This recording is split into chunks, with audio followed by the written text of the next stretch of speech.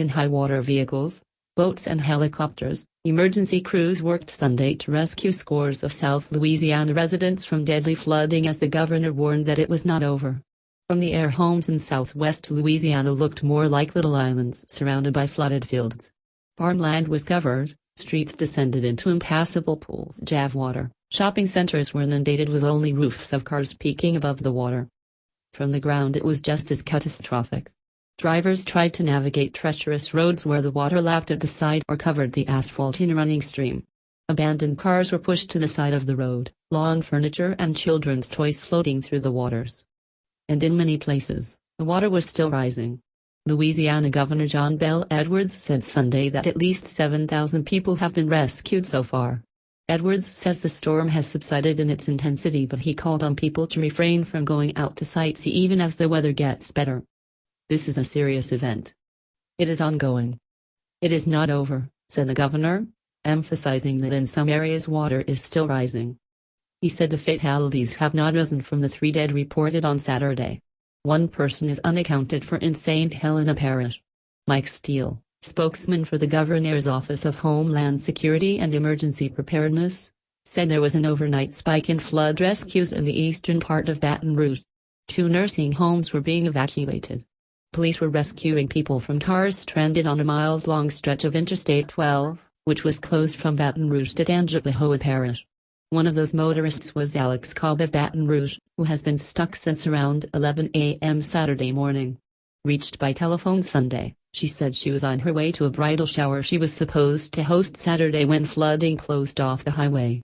She said she had food intended for the bridal shower and a Prados truck about a 1/4 mile up the road shared its stock with drivers, giving out fruits and vegetables to people. Cobb said some of the people stranded were actually fleeing flooding in their homes when they got caught on the freeway. Nearby her were a pregnant woman and an 80-year-old woman. People are surprisingly upbeat. I don't know how long that is going to last because it's getting kind of hot, she said. We just want water. Steele said the flooding that started Friday has damaged more than 1,000 homes in East Baton Rouge Parish, more than 1,000 homes in Livingston Parish, and hundreds more in other areas, including St. Helena and Tangipahoa parishes. Governor Edwards declared a state of emergency Saturday, calling the floods unprecedented and historic. He and his family were even forced to leave the governor's mansion when chested high water filled the basement and electricity was shut off. In one dramatic rescue Saturday, 2 men on a boat pulled a woman from a car almost completely underwater, according to video by WAFD. The woman, who's not initially visible on camera, yells from inside the car, "Oh my God, I'm drowning." One of the rescuers, David Fung, jumps into the brown water and pulls the woman to safety. She pleads with Fung to get her dog, but he can't find it. After several seconds, Fung takes a deep breath, goes underwater and resurfaces, with the small dog. Both the woman and dog appeared okay. As of Sunday morning, some 5,050 people were staying in parish and Red Cross shelters, said Department of Children Family Services Secretary Marquita Garner-Walters. The governor said even more people were staying in private shelters like churches. Walters said the Red Cross is also looking for volunteers.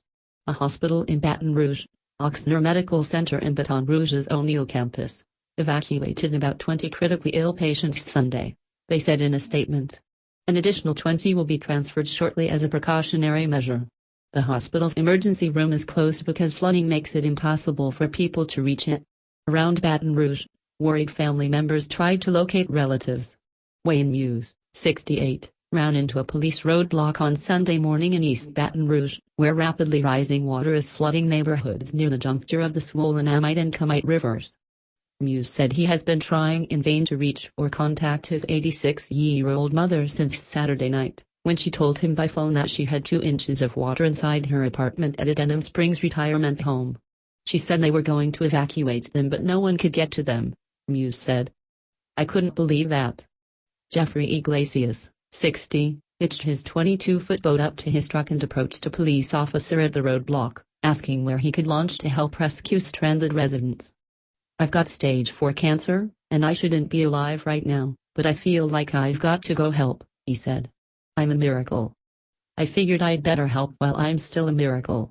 Iglesias' home was about 2 miles from the floodwaters, but the lifelong Baton Rouge resident was seeing flooding in places that had never flooded before. Beginning Friday, 6 to 10 inches of rain fell on parts of Louisiana and several more inches of rain fell on Saturday, according to the National Weather Service. Some areas got even more rain. In a 24-hour period, Baton Rouge had as much as 11 inches while one weather observer reported more than 17 inches in Livingston. Forecasters expected a turn to the north Sunday by the system, warning portions of central and northern Louisiana could see heavy rain into next week. Mississippi Governor Phil Bryant declared a state of emergency for several counties in his state as it also battled the heavy rainfall. People have come out of the flooding with harrowing stories of snake-infested muddy waters are fighting their way to freedom through the roof. As floodwaters swallowed Lynn Gibson's two-story home in Louisiana's Tangipahoa Parish, she hacked away on a hole near the roof, desperately trying to get to safety. She used a saw, a screwdriver and her feet, knocking her way through wood, vinyl and sheetrock and what was eventually rescued by National Guard soldiers on a boat. "I just kept picking and hitting and prying until I could get a hole big enough," the slightly built, 115-pound woman said.